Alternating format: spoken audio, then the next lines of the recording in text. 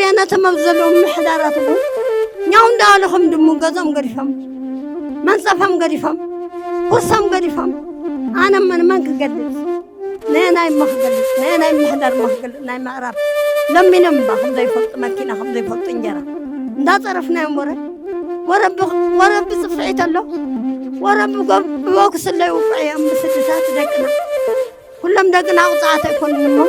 يغني اللي مساهم دو على النعنى بطعم تندوسر كون اخلق انطيره سبل ينك غمطني ايوه انا ولا تبلع نسعن مساهم دو خبني مساهم سو على النمس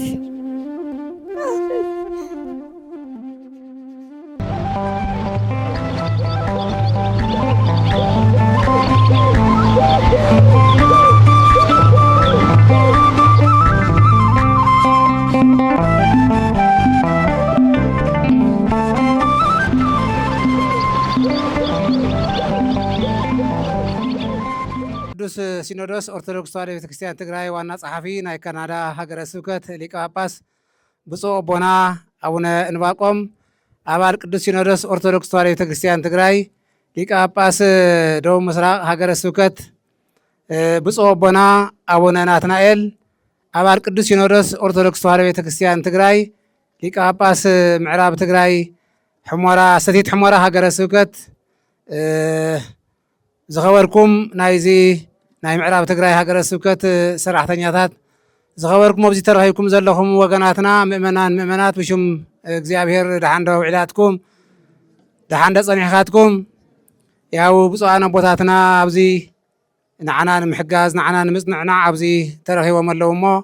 ኣብ ፀሓይ ስለ ዝኾነ ቀጥታ ናብቲ ፕሮግራምና ክንኣቱ ነቲ ናይ ሎማዓንቲ ፕሮግራምና ብፁዕ ኣቦና አቡነ አረጋዊ አቤቱ ናይ ሰራዊት ጌታ ቅዱስ እግዚአብሔር ጉባኤና ሰላም ፈሪ ገበረልና ጾም ናይ ሰላም ናይ ፈሪ ገበረልና ዝሓመመ እውን ይመሃረልና ህዝብና እውን ናመረበቱ ናብ ሃገሩ እውን ይመልሰልና ንዓለምና ንህዝብና እውን ሰላም ፈሪ ገበረልና አቡነ ዘበሰማያት እንበል ኦ እግዚእ ኢየሱስ ክርስቶስ ስራይ ኃጢአቴ ወኃጢአቶ ኩሉ ዝከማ ይሰራ ኃጢአት እግዚአብሔር ይፍታ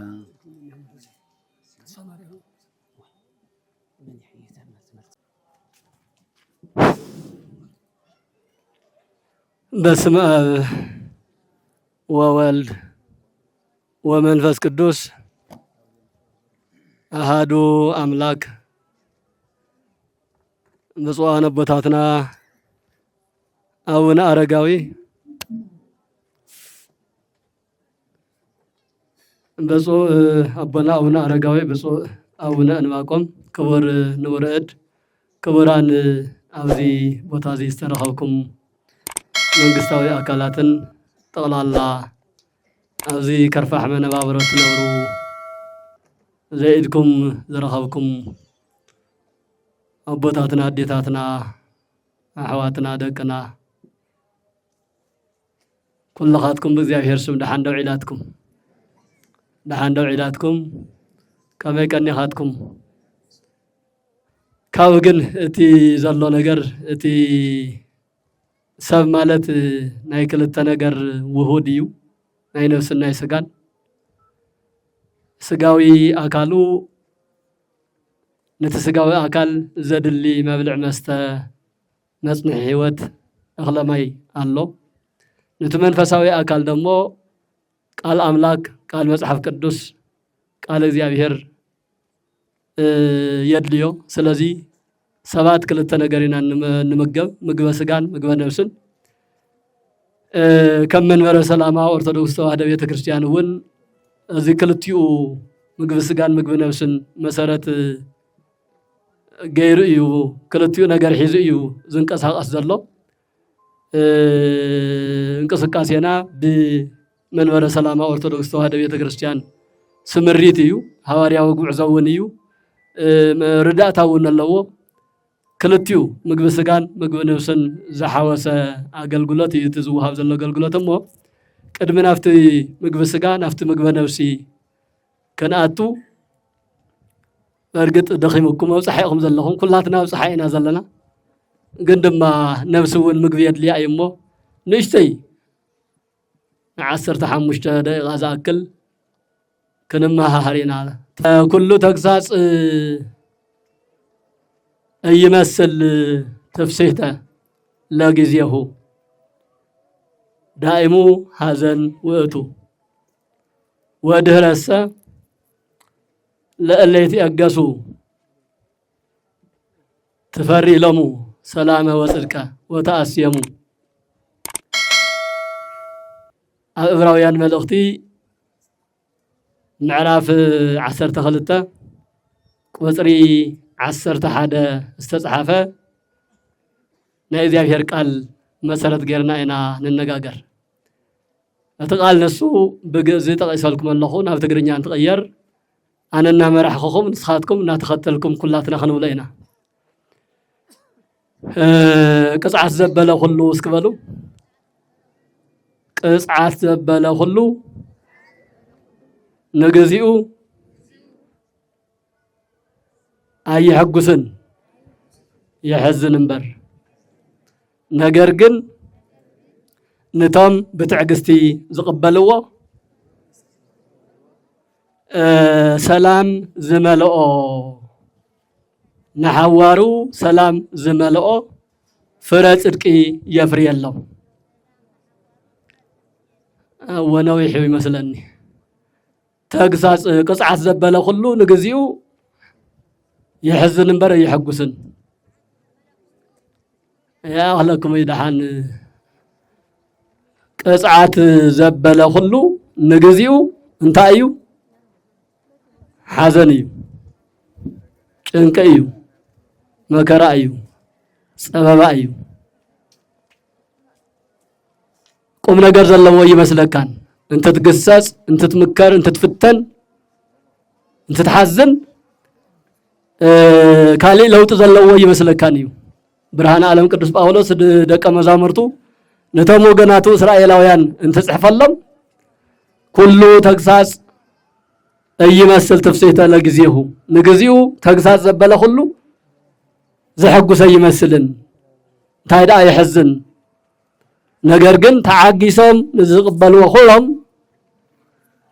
ሰላም ዝመልኦ ፍረ ጽድቂ የፍርየሎም አወ በፍላይ ከም ክርስቲያን ዳርጋ ናይ ክርስቲያን ህይወት ናይ ክርስቲያን መነባብሮ በፈተና በጸበባ በመከራ ዝተሓጸደ እዩ ንመከራ ዝተፈጠረ እስካብ ዝመስል መከራ ዝበዝሖ ህይወት እዩ ህይወትና ንምንታይ እዩ ቀጻሊ ህይወትን ዋጋን ስለዘለና እዩ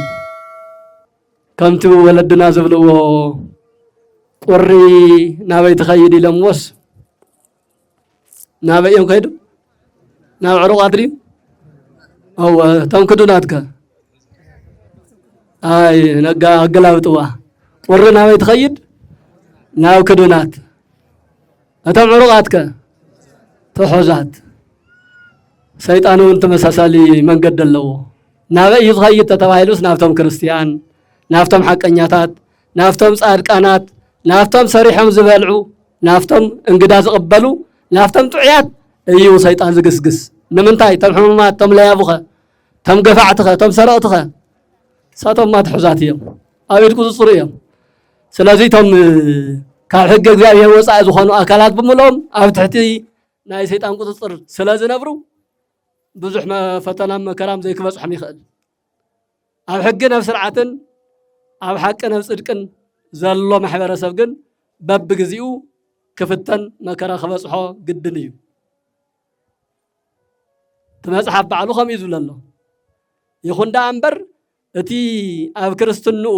أم منفساوي هيوتو أبناء حقي أقل قلوت زنبر محبرسة بدن بزي برتع بدن بي زي تردون حركوينو أتزمس ومكرات تزمس وفتنا نجزي انتهي مثلا قمنا جرز الله ويمثلون حقو سيسمعون أمري روي حزن تصفاي ورس زبهالن زي بهالن ون كبل يخل من تايو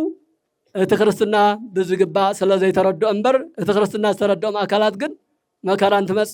على اللي لم يقبلوا ፈተና እንትመጽእ እናተሓጎሱ እናዓለሉ እዮም ዝቕበልዎ ንኣብነት ቅዱሳን ሐዋርያት ኣቦታትና ኣብ ግብረ ሐዋርያት ናይ ሐዋርያት ተግባር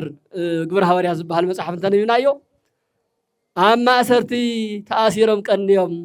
ማእሰርቲ ጥራሕ እንተይኮነስ ኮሎ እናተገረፉ ብጭጉራፍ እናተገረፉ ደሞም እናፈሰሰ ኣካሎም እናጎደለ እናሃለወስ ወፁ እንዘይትፍየሱ እምኣውድ ካፍቱ ወንጀለኛታት ኢኹም ተባሂሎም ዝተቐፅዕሉን ዝተኣሰሩሉን ዝተደብደብሉንስ ዕልል እናበሉ እናተሓጎሱ እናሰሓቁ ልክዕ መርዓዊ ካብ ጫጉላ ቤት ዕልል እናተባህለሉ እናተዘመረ ከም ዝወፅእ እናተሓጎሱ ይወፁ ነይሮም ንምንታይ እቲ ብመከራ ንሱ ግዝያዊ ምዃኑ ስለ ዝተረድኡ እቲ ዝቕፅል ህይወት ምስ እግዚኣብሔር ዘለዎም ህይወት ዘለዓለን ዝደመቐን ምዃኑ ስለ ዝተረድኡ በቲ መከራ ኣይስኮኑን ነይሮም በቲ መከራ ኣይጣዓሱን ኣሜን ኢሎም ተሓጒሶም ይቕበልዎ ነይሮም ንምንታይ ሓስዮም ወይም ሰሪቆም ኣይተተሓዙን ኣይተኣሰሩን እቲ መከራ እቲ ፈተና ንሱ ዝበፅሖም ክርስቲያን ስለ ዝኾኑ ሓቀኛታት ስለ ዝኾኑ ቃለ ወንጌል ስለ ዘምሃሩ ስለ ዝተምሃሩ ኣብ ሕጊ እግዚኣብሔር ስለ ዝተንቀሳቐሱ ጸላኤኦም ዲያብሎስ ብዝተፈላለዩ ሰባት ሓዲሩ ንኣቶም ዝተፈላለየ መከራ ፀዋቶ መከራ ስለ ዘምፀሎም እዚ ምዃኑ ስለ ዝፈልጡ እናተሓጎሱ ይቕበልዎ ነይሮም ስለዚ እዚ መሰረት ቅዱስ ገይሮ ቅዱስ ጳውሎስ እውን ኩሉ ተግሳጽ እይመስል ትፍስሕተ ለጊዜሁ ዳኢሙ ሃዘኑ እቱ ቅፅዓት ተግሳጽ መከራ ፈተና ኩሉ ንግዚኡ ሓዘን እምበር ሓጎስ ኣይመስልን ነገር ግን ወለእለሰ ነቶም ተዓጊሶም በመከራኦም ተዓጊሶም ዝነብሩ ግን ሰላም ዝመልኦ ንሓዋሩ ሰላም ዝመልኦ ፍረ ጽድቂ እያ ተፍርየሎም ኢሉ ስለዚ ደቅና ደቂ እግዚአብሔር በመከራኹም ኣይትጨነቁ ብዝበፅሐኩም ግፍዕን ብዝበፅሐኩም ስደትን ተስፋ ኣይትቁረፁ ካልእ ህይወት ኣሎ ህይወት ናይ ደቂ ሰባት ህይወት ተውዚ ዘብቅዕ ኣይኮነን ቀጻሊ ድሕሪ ሞት ካልእ ህይወት ኣለና እዩ ኮታስ እዚ መከራ እዚ ዝስደት እዚ ዝጥምየት እዚ ናይና ኢድ እውን ከይህልዎ ናይና ጉድለት እውን ከይህልዎ ናይና ሓጢኣት እውን ከይህልዎ ናይና ስሕተት እውን ከይህልዎ ብስጋ ተቐፅዕና ብነፍሲ እውን ከይንቕፃዕ ኢና ውሽጥና ክንፍትሽ ከነስተኻኽል ዝግበአና እምበር ንምንታይ ኢና ዝተፈተና ሓሪስና ስለ ዝበላዕና ሓቂ ስለ ዝተናገርና ኣብ መሬትና ኣብ መረበትና ምንባር ስለ ዘጀመርና ንምንታይ እዩ ክንዲ ዝዓከል መከራ ለካስ ከምዚ እንድሕር ኮይኑማ እንታይ ህይወት ኣሎ ናብ ዝብል ዓይነት መንገዲ ክንከይድ ኣይግበአናን ለጊዜሁ ኢልዎት መጽሓፍ እዚ መከራ እዚ ግዝያዊ እዩ እቶም ቅዱሳን ንብሎም ኩሎም ኣብዚ ታሪኻውን መሰረታዊ ዝኾኑ መጽሓፍትና መጽሓፍ ቅዱስ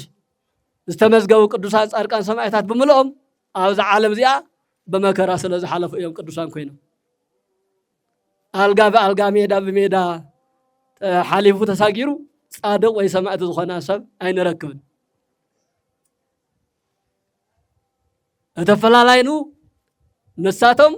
እቲ ዝመጽእ ህይወት ብደንቢ ዝተረድኡ ኣካላት ስለ ዝነበሩ ተሓጒሶም ይቕበልዎ ዕልልና በሉ ውሽጦም ካብ ውሽጥና ተሓጎሱ ይቕበልዎ ንሕና ግን ዓርዩ ስለ ዘይተረድአና በንእሽተይ ነገር ንሓዘን በንእሽተይ ነገር ንበኪ ተስፋ ንቆርጽ ካልእ ናብ ምቕያር ነገራት ንንቀሳቐስ እዚ ክኸውን ዘይግባእ እዩ እኒ ገብረ ክርስቶስ መርአዊ ዝተባህሉ ቅዱሳን መልዓል ይከኣል እኮ እዩ ገብረ ክርስቶስ መርአዊ ወዲ ንጉስ ወዲ ንግስቲ ነገር ግን እቲ ናይ ቤተ መንግስት ናብራ ብምልኡ ሓላፊ ጠፋኢ ምዃኑ ተረድዩስ ሃፍቲ ንብረቱ ናይ አቡ ስልጣን ክሕዝ እናተጸበይዎ እናሃለው ኩሉ ነገር ገዲፉ ኸይዱ ኣብ ካልእ ዓዲ ብስደት ን15 ዓመት በስቃይ ይነብር ነይሩ ድሕሪ 15 ዓመት ደሞ ናብ ገዛኻ ተመለስ ተባሂሉ ብቃል እግዚአብሔር ተነጊርዎ ናብ ገዙ ኣብ ቤተ መንግስት ኮይኑ ብጾምን ብጸሎትን ብጥምየትን ملكعو غيرو أبون النون اسكابزر السعوة ناف دابو مسيو أبون النون كده يفلتون بإذا خاتكم محدري أوزي أصقعي لأون السماياتنا دقم كنا بردليس محدر هاوني الوم نولدو نتوبنا قصات مركزان أركا بعال مركز استوهلا ياديو ودنا كو كمزي عينة مكرا كو يزهلو يلمن كو يزهلو محدرسين كو ينكراتت يزهلو نتودنا بزلو من تقنعس نزقاش هذي بخبر خنقبلو نشتي ጎጆ نسرحلو ተባሂሉ ኣብ ቤተ መንግስት አካባቢ ነሽተይ መጽለሊ ተሰሪሕሉ በገዛ ዳቦስ ግን እቶም ናይ አቡ ሓሻኽር ወታደር እናጋፍዕዎ እናዳፍዕዎ ሕፃብ ኢዶም እናፍሰስሉ ሽንቶም እናሸንሉ ዘይግበር ኩሉ እናገበሩ ግን 15 ዓመት በስቃይን በመከራን ኣብ ዳቦ ተቀሚጡ ድሕሪ መከራ ዘሎ ደስታ ዘሎ ሓጎስ ዘሎ ህይወት ብዕሊ ስለተረዳ ጥራሕ እዩ እምበር ሰብ እዩ ከማና ዘይሕሞ ዘይጠምዮ ኮይኑ ይኮነ ነገር ግን ናይዚ ዓለም ዚ መከራ ናይዚ ዓለም ዚ ጥሜት ንዝተወሰኑ ግዜያት እዩ ብድሕሪኡ ሓድሽ ህይወት ኣለና ብፍላይ ከም ክርስቲያን ተስፋ ይንቆርፅን ትምድራዊ ህይወት ከም ዘሎ እግዚአብሔር ብዝፈቀዶ መልክዕ እግዚአብሔር ምስ ፈቀደልና ክንረኽቦ ኢና تزعبه هيوتنا جن سماياوي هيوت سماياوي منبابرو علنا نسو خين سئن إذا حزز الله مكرا كن عقسا كن كئلا يقبأ زبل ملغتي علنا لما عنتي تتمرتو زي أهلنا ليش تيدا تماهرنا الشي كالا كي من لستا ملغتي كحلفتا أن مسئل الله كمي كم زمسا كمتي النبلنا يصنعنا لومي سفيح أقلقلوت سفيح هوارياوي قعزوننا نكاير زلنا بمنور سلامة درجة مالتيو أو كل التبوتا وشرارونا بشران ما أخل معقوبة مزابلتينا زي مرح قبرزي نكاير زلنا مقبى نفسي مقبى خون خلق الأملاك أو شرارهم ناتوها صنيحو أو زيوني وهاب الله نسو خمز الله خينو تمقبس قادمو أو دقز الله محبر مؤمنان أبطاتنا ناتحبابرو زلو هو غنزبيو لما عنتي 300 خنتال إنا ناو كلتيو معقوبي تمزاولت حزنا مسئنا زلنا حدا مئتي أو شرارو كلتا مئت دما أو شرا لما عن تعلت 26 يكاتت مالتيو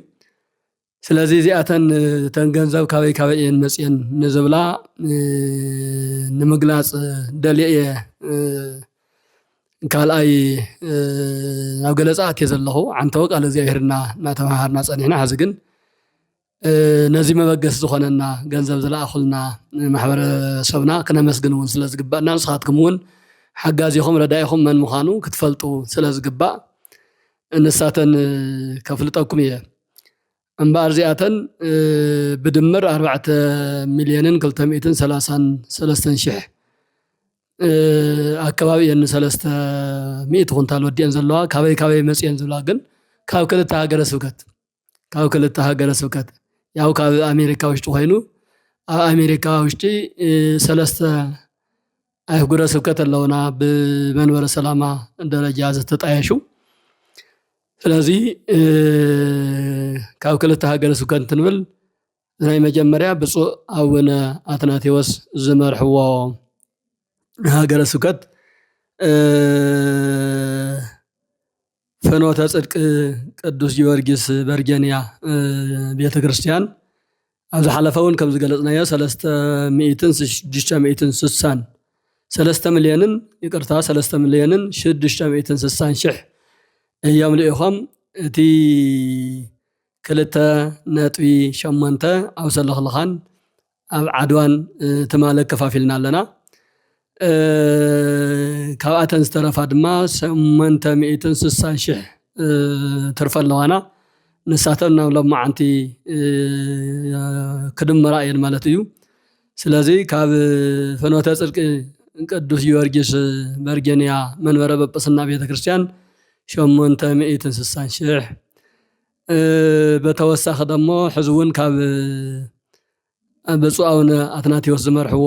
ሃገረ ስብከት እዩ ደብረ ገነት መድኃኔ ዓለም ጃክሰን ቢል ፍሎሪዳ ዝበሃል ክፍለ ግዝኣት ኣብኡ ዘለዉ ምእመናን ኣዋፂኦም ዝለኣኽዎ ድማ 623,525 እዩ እዚ ካብ ኣቡነ አትናቴዎስ ዝመርሕዎ ቤተክርስቲያን ሃገረ ስብከት ማለት እዩ ብፁዕ አቡነ ማርቆስ ካብ ዝመርሕዎ ማእኸላይ ምብራቕ ኣሜሪካ ድማ ካብ ዴንቨር ሃመረኖ ኪዳነ ምህረት ቤተክርስቲያን 1.5 ማለት እዩ በተመሳሳለ እውን ኢንዲያና ደብረገነት መድኃኔ ዓለም ኢንዲያና አካባቢ ዝርከብ ድማ 1.250 ሺህ ገንዘብ እዩ እዞም ካብ 4 ቦታ ካብ ክልተ ሃገረ ስብከት ካብ 4 ኣብያተ ክርስቲያናት ተደማሚሮም 4 ሚልዮንን 233 ሺህ እዩ ዝኸውን እምበኣር ኣብ ሽራሮን በዛለማዓንቲ ዕለት 26 ነከፋፍሎ ዘለና ምእመናን እውን ከምቲ ትርእይዎ ዘለኹም ኣብ ሽራሮ ከፋፊልና ኢና መፂና 100 ኩንታል ኣብዚ ደሞ 200 ኩንታል ጻዕዳ ጣፊና ሒዝና መፂና ዘለና ን300 ኩንታል ያው 4 ሚልዮንን 200 ሺህን እዩ ወዲኡ ጠቕላላ ወጻኢኡ ማለት እዩ ስለዚ ከተመስግኑ እንተለኹም ምእመናንና ወገናትና ኣመንቲ ጥራሕ ኣይኮንኩን ሙስሊም ማሕበረሰብ እውን ካልኦት እውን ንርኢ ኣለና ፕሮቴስታንትን ካልኦት እምነት ዘለዎም ክህልው ይኽእሉ እዮም ምክንያቱ ዝሓገዝ እዚ ንኣማኒ ጥራሕ ዘይኮነስ ንዝተጸገመ ብፍላይ ካብ ምዕራብ ትግራይ ተፈናቂሉ ንዝመፀ ንኹሉ ኢና ንከፋፍል ዘለና ምንም በቤተ ክርስቲያን ደረጃ እኳ ተኾነ ብሰብኣዊነት መልክዑ ኣብ ቤተ ክርስቲያን እውን ንኹሉ ክበጽሕ ግዴታ እውን ስለ ዝኾነ ማለት እዩ ስለዚ ነዚ ፈሊጥኩም ከተመስግኑና ምስጋና ጥራሕ እውን እንተይኮነስ ኣብ ጸሎትኩም ኣብ ሓሳብኩም እውን ኣብ ደገ ዘሎ ማሕበረሰብ ወገንና ከመይ እናረድአና ከመይ እናሓገዘና ከም ዘሎ ብደንቢ ከነስታውሶ ክንዝክሮ ክንጽልየሉ እውን ይግባእ ማለት እዩ በዘጋጣሚ እዚ ዝገንዘብ ተሓባቢርኩም ዘለኣኩም ኣብያተ ክርስቲያናት ማሕበረ ምእመናት ኣቦታት ብፍላይ ብፁዓን ኣቦታትና ኣቡነ አትናቴዎስ ኣቡነ ማርቆስ ኣብ ትሕቲኹም ዘለዋ ኣብያተ ክርስቲያናት ድማ ደብረ ገነት መድኃኔ ዓለም ኢንዲያና ያው ከምቲ ዓንተዎ ዝገለጽክዎ 1 ሚልዮንን 250 ሺህ ኣዋፂኹም ሰደድክምዎ ገንዘብ በፂሕና ከምዚ ነከፋፍል ኣለና እግዚአብሔር ይሃበልና ዕድመ ጥዕና ክብረ ሞገስ ይዓድልኩም ሓቂ ኣብ ደገ ዘለኹም ወገናትና ረኺብኩም ጥራሕ ኣይኮንኩም ትልእኹምልና ዘለኹም እንታይ ዳስ ወገንና ንዘርኢ ክተርፍ ኣለዎ ብጥምየት ክሃልቕ የብሉን ካብታ ዘላትና ቆሪፅና ካፊልና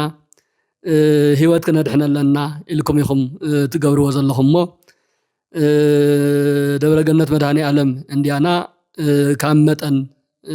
ካብ ልቢ ዝተለዓለ ዓብይ ምስጋና ነቕርበልኩም ዝገርም ነገር እዩ ኣብዚ ዘለና እውን ብደንብ ክንረዳዳእ ክንተሓጋገዝ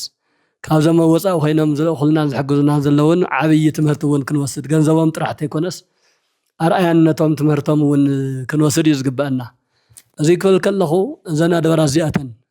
ንምሳሌ ቨርጂኒያ ፍኖተ ጽድቂ ቅዱስ ጊዮርጊስ ኣብዚ ሰዓት እዚ ቤተ ክርስቲያን ነባር ቤተ ክርስቲያኖም ብበረዶን ብሓይሊ ዝናምን ምኽንያት ፈሪሱ ኣብ ዳስ ኮይኖም እናተገልገሉ እዮም ዘለው ቤተ ክርስቲያን ንምጽጋን ቤተ ክርስቲያን ንምስራሕ ኣብ ዓብይ ርብርብ ዘለውሉ ኩነታት እዩ ግን ካብቲ ህንፃ ቤተ ክርስቲያን ህንፃ ስላሴ ይዓቢ ስለዚህ መጀመሪያ ወገናትና ንርዳ ንሕና ወገናትና ንሓሙሽተ ዓመት ዝኣክል ኣብ ኬንዳ እዮም ዘለዉ ንሕና ግን ዝተወሰነ ግዜ ኣብ ኬንዳ ኾይድና ኣገልግሎትና ክንፍፅም ንኽእል ኢና ኣብ ኬንዳ ኾይድና ክንቅድስ ንኽእል ኢና ስለዚ ኣብ ዳስ ኣብ ግዜያዊ መፀለያ ኾይንና ንቐድስ ንገልገል ንቑረብ እዚ ገንዘብ እዚ ግን እንደምንም ኢልና ወገናትና ንድሕን ኢሎም እዮም ቤተክርስትያን ፈሪስዎም ቤተክርስትያን ክሰርሑ ኣብ ልመናን ኣብ ምትሕባርን እናሃለዉ ግን ካብኡ ቀኒሶም ንሱ ይትረፈና ኢሎም እዮም ሰዲዶምልና ዘለዉ ስለዚ ካብዚ ዓብዪ ትምህርቲ ምውሳድ ይከኣል ብተመሳሳሊ ኣብ ፍሎሪዳ ዘላ ቤተክርስትያን እውን ገና ህንፃ ቤተክርስትያን ንምስራሕ ኣብ ርብርብ እዮም ዘለዉ ዳርጋ ኩላቶም እቶም ተጋሩ ዝግልገሉለን ቤተክርስትያን ከምቲ ዝፍለጥ ምስ ኢትዮጵያ ኦርቶዶክስ ተዋህዶ ቤተክርስትያን እናተገልገሉ ህንፃ ቤተክርስትያን ሰሪሖም ብፅቡቅ ይነብሩ ነይሮም እቲ ኩነታት ምስ ኣጋጠመ እቲ ዝሰርሕዎ ቤተክርስትያን ገዲፎም ሕዚ ሓድሽ ቤተክርስትያን ንምግዛእ ሓድሽ ቤተክርስትያን ንምህናፅ ኣብ ገዛ ኸራይ ድዩ ኣብ ዘይምቹ ኩነታት ኮይኖም እዮም ዝለቕኹልና ዘለዉ እሞ ኣብዚ ዘለና ካብዚ ብደንቢ ክንመሃር ይግባአና ሓደ ሰብ ገዝኡ ፈሪስዎ ኣብ ደገ እናተገልገለ እናገልገለ ተንዝረኸበ እናባና ዝሰድድ ኮይኑ ንሕና ኣብዚ ኮይንና ካባናን ዝገደደ ብደንቢ ክነተሓባበር ኣነ በፂሕኒ ኣሎ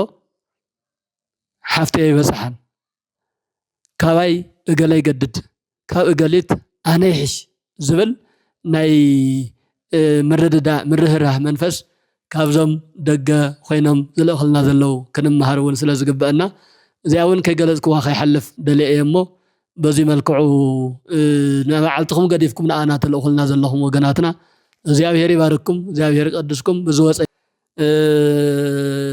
ዴንወር ኣመሮኖ ኪዳነ ምህረት እነ ሊቀ ጉባኤ ከነፈርግ ብሓጎስ እትመርሕዎ እዚ እውን 1.5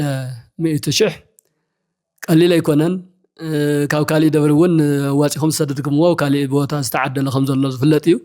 ብታነ ለማዓንቲ ጌርና ግን ብጣዕሚ ዓብይ ምስጋና ኣለና እግዚአብሔር ይባርክኩም እግዚአብሔር ይቀድስኩም ደብረገነት መድኃኔ ዓለም ጃክሰን ቢል ፍሎሪዳ እውን በተዓቅሙኩም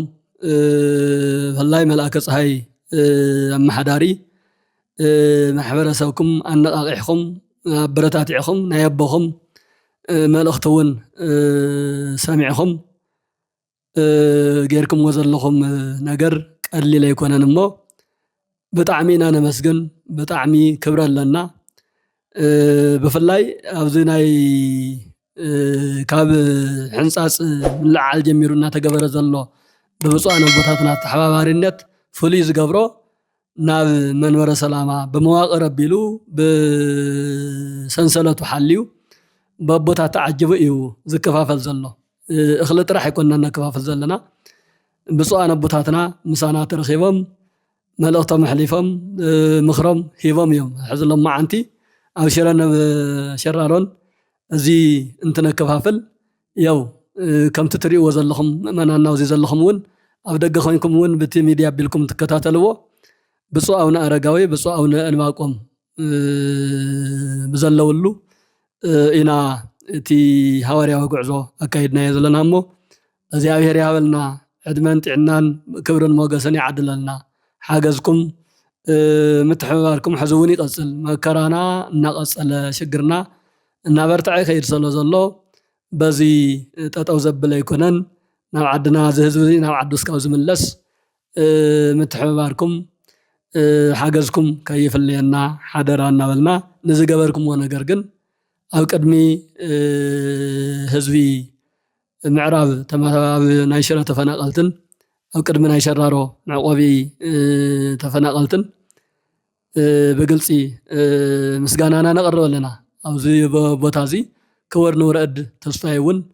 ነቲ ፕሮግራም መራሒ ብምዃን ብደንቢ ኣብቲ ኣገልግሎት እናተሳተፉ እዮም ዘለዉ ስለዚ ኣብ ደገ ዘለኹም እውን ኣብ ውሽጢ ዘለና እውን ተሓባቢርና ህዝብና ነድሕን ዝብል መልእኽቲ እዩ ዝህልወና ወስብሓት ለእግዚአብሔር ይኣክል እንግዲህ እዚ እንድሕር መፁ በረከቶም ያው ያሕይውን ኣብ ስራሕ ኣብ ቀዋሚ ሲኖዶስ እዮም ዝኔው ምስቲ ናይ ሃገረ ስብከቶም ደሪቦም ኣብዚ ብፁዕ ኣቦና እውን እንባቆም ተረኺቦም ኣለዉ እሞ ንእሽተይ ታብኦም እውን በረከት ክንካፈል ንብፁዕ ኣቦና ኣቡነ እንባቆም ተቐበለ 2-3 ደቂቃ ቃላት ናቶም ሓፃር ስለ ዝኾነ ተቓለብ ይፈልጣ ባዕለይ ድሓን በረከት ከመይ ከይ ትድምፆም ረጒድ ትድምፆም ቀጢን ትድምፆም ኣይኾንን እዚኣ ንእሽትለይ ሕፅረ ቢሎም ምንም ሽግር የብሉ ተረዲእኒ ስቆይቲ ፀሓይ ሒርዎ ከይኮም ዘበለኒ ሓቢርና ድሓን እሺ በስመ አብ ወወልድ ወመንፈስ ቅዱስ አሐዱ አምላክ ብፁዓን ኣቦታት ክቡር ንውረድ ኣብዚ ዘለኹም ኩለኹም ኳዕ ራኸበና ከመይ ኣለኹም ኣሜን ለእግዚአብሔር ከም ሓጢኣትና ብዛሓት ከይኮነ ብቸርነቱ ብምሕረቱ ጥዕና ሃዩ ስደት መን ጀሚርዎ ተይልና እግዚአብሔር ንጉሰ ሰማይ ወምድሪ እዩ ድንግል ማርያም ሰሎሜ እዚኦም ስለ ክርስቶስ ህፃን ኢሎም ዮሴፍ ኣብ ግብፂ ከምቲ ንስኻትኩም ተሰዲድኩሞ ዘለኹም ተሰዲዶም ብፀላኢ ምክንያት ማለት እዩ ንስኻትኩም ግን ብፀላኢ ምክንያት ኢኹም ተሰዲድኩም ዘለኹም በር ገዛ ኣለኩም ንብረት ኣለኩም ከይፈተኹም ብድንገት ኢኹም ናብዚ መፂኹም ዘለኹም ስለዚ ክርስቶስ ከዓ ታይብሎ ተስፋ ግበሩ ኢየሱስ ስዱድ ተስፋሆሙ ለስዱዳን ናይቶም ስደተኛታት ተስፋ እዩ ክርስቶስ እሞ ካብኡ ተማሃሩ ተጽናዕንዑ ይብል እጽኢሉ ረሃበ ወጽምአ አዘክሪ ድንግል ረሃበ ወጽምአ ምንዳበይ ወሐዘነ ዘበጽሐች ምስሌሁ ድንግል 3 ዓመት ካብ 3 ዓመት ላዕሊ ዝበጽሐኪ ስደት ዕንቅፋት ፀሓይ ጥሜት ዘክርክ ደሞ ንዓና ለምንልና እዩ ዝብል ዘሎ ኣብ ቅዳሴ ማርያም ማለት እዩ እቲ መከራ ትፈልጥ ኢኺ እቲ ሽግር ትፈልጥ ኢኺ እቲ ጽምኢ ትፈልጥ ኢኺ ዘክሪ ኣዘክርክ ደሞ ናብ ኣምላኽኪ ለምንልና እናበለ ኣብ ባህርያቆስ ኣብ ቅዳሴ ጽሒፍልና ስለዚ ታይና ክንብል ተስፋ ኢና ክንገብር ዘለና ማለት እዩ እዚ ናይ ስጋ መከራ እንዲዩ ሓላፊ እዩ ናይ ስጋ ናይ ነፍስ መከራ እዩ ዘይሓልፍ ናይ ነፍስ መከራ ሓጢኣት እንድሕር ሰሪሕኻ ኣብ ሲኦል ኢኻ ትነብር ኣብ ገሃነም እሳት ኢኻ ትነብር እዚ ከይረኽበና እዩ ተዋና ጸሎት ዝግበአና እዚ ለቁመተ ስጋ ንነብሮ 80 ወይ 60 ዓመት እዩ ሓላፊ ዓለምን ሓላፊ ፍቶትን ሓላፊ መከሮ ሓላፊ ጥቕሞ ሓላፊ ሃፍቱ ሓላፊ እዩ ስለዚ ብተስፋ ክንጽበ ከም ዘለና እዩ እቲ መልእኽቲ ተስፋ ክንገብር ከም ዘለና ክርስቶስ ተስፋነ ወሞገስነ ተስፋና ሞገስና እንስ እዩ ስደት ጀመሮ ግን ባዕሉ እዩ ካብ ቅድም ኢሉ ካብ ኣዳም ተጀሚሩ ስደት ካብ ገነት ተሰዲዱ 5500 ዓመት ዝኣክል ብተስፋ ጸኒሑ ተስፋ ከይቆረፀና ለመነ ጸኒሑ ነቢያት ሰዋኤና ኣተው ብዙሕ ሕብረ ኣምሳልና ተገለጸሎም ጸኒሑ ግን በቲ ኣምላክ መሓላ ብዝኣተወ መሰረት መጺኡ ናብ ገነት መሊስዎ ኢና ኣዳም ንኣኻትኩም እውን ኣብ ቀረባ መዓልቲ ይመልስኩም እቲ ጽለ ዘሎ ጸሎት ካህናት ብሰዋኤ ብሰዓታት ብማህሌት ብቅዳሴ ብማዕጠንቲ ስለተሰደዱ በእንተ ስዱዳን በእንተ ድውያን በእንተ ህሙማን ናበሉ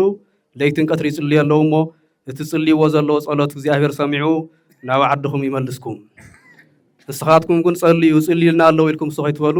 ጸልዩ ንውዑ ብኸዩ ስለ ሓጢኣት ስለ ሽግር ምብካይ ናይ ግድን እዩ ስለ ዓለም ጥቕሚ ዝበኪ ሞት ይውስኽ ሓዘን ይውስኽ ኢሉ ቅዱስ ጳውሎስ ስለ ሓጢኣት ዝልምን ግን ዝበክ ግን ህይወት ይረክብ ኢልዎ ኣሎ ማለት እዩ ስለዚ ናብ ዓዲ መልሰና ኣብ ዓድና ኸይና ክንጽሊ ጸሎት ንገብር ክንምጽውት ኢልኩም እንድሕር በኺኹም ከሰምዐና እግዚአብሔር እሞ ኣብ ቀረባ መዓልቲ ይመልስኩም እግዚአብሔር እዚ ዝመስል ብሰፊሑ ኣቡናትና ሂሮሞ እዮም ኣብ ፀሓይ ስለ ዘለኹም በር ቃል እግዚአብሔር ተናጊርካ ኣይውዳእን ግን ምስቲ ግዜ አንጻር ኣብዚ ኣኽለኒ እዩ ማለት እዩ እቶም ዝሃቡ ኣብ ደገ ዘለው ስደተኛ ንስደተኛ እዩ ዝረድኦ ዘለሕቲ ስደተኛ ሲ ንስደተኛ ይሕግዝ ኣሎ ተሰዲዶም ሽንቲ ቤት ካብ ዓዶም ካብ ኣቦኦም ካብ እኖኦም ካብ ዓዶም ተፈልዮም ባሕሪ ሰጊሮም ተሰዲዶም ኣብ ብዙሕ መከራ ኣብ ብዙሕ ስደት እናሃለው ሽንቲ ቤት ዝሓፅባ ኣሕዋትና ካብዚ ዘጠራቆመ እየን ሰይደን ዘለዋ ማለት እዩ ሓዘነ ዘፈተነ ኣምር ሓዘነ እቲ ናይ ስደት ሽግር እቲ ናይ ምፍንቓል ሽግር ስለዝፈልጥዎ እቲ ስደት ስለዝፈልጥዎ እዮም ኣብ ስደት ኮይኖም ንዓኻትኩም ዝሕግዙ ዘለዉ ማለት እዩ ኣብ ስደት ኮይኖም እንኳና ሓገዙሲ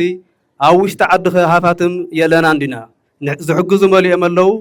ዘይትሕግዙ ዘለኹም ጸጋ ዝሃበኩም ሃብቲ ዝሃበኩም ኣብ ውሽጢ ትግራይ ዘለኹም ግን